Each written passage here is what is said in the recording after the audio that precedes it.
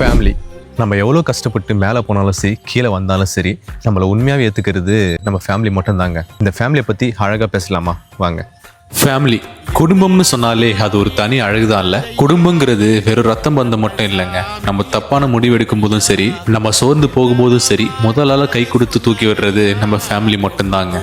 சில நேரம் நம்ம வீட்டு பெரியவங்க கிட்ட இருந்து கிடைக்கிற சின்ன ஸ்மைல், இல்ல நாங்க இருக்கோம்ப்பா அப்படின்னு சொல்ற அந்த வார்த்தை கொடுக்கிற தைரியம் எங்க போனாலும் கிடைக்காதுங்க.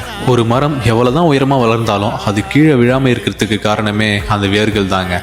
அது போல நம்ம வளர்ச்சிக்கு பின்னாடி நம்ம குடும்பத்தோட தியாகம் நிச்சயமா இருக்கும்ல. நம்ம கூட இருக்கிற ஃப்ரெண்ட்ஸை கூட சில நேரம் நம்ம ஃபேமிலின்னு தான் சொல்லுவோம்.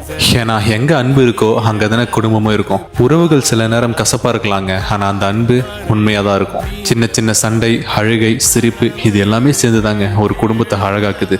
நம்ம வாழ்க்கையில் எவ்வளோ கஷ்டங்கள் இருந்தாலும் உன்னால் முடியும் அப்படின்னு சொல்லி நம்ம மேலே நம்பிக்கை வைக்கிறது நம்ம ஃபேமிலி மட்டும்தாங்க. உங்கள் ஃபேமிலியை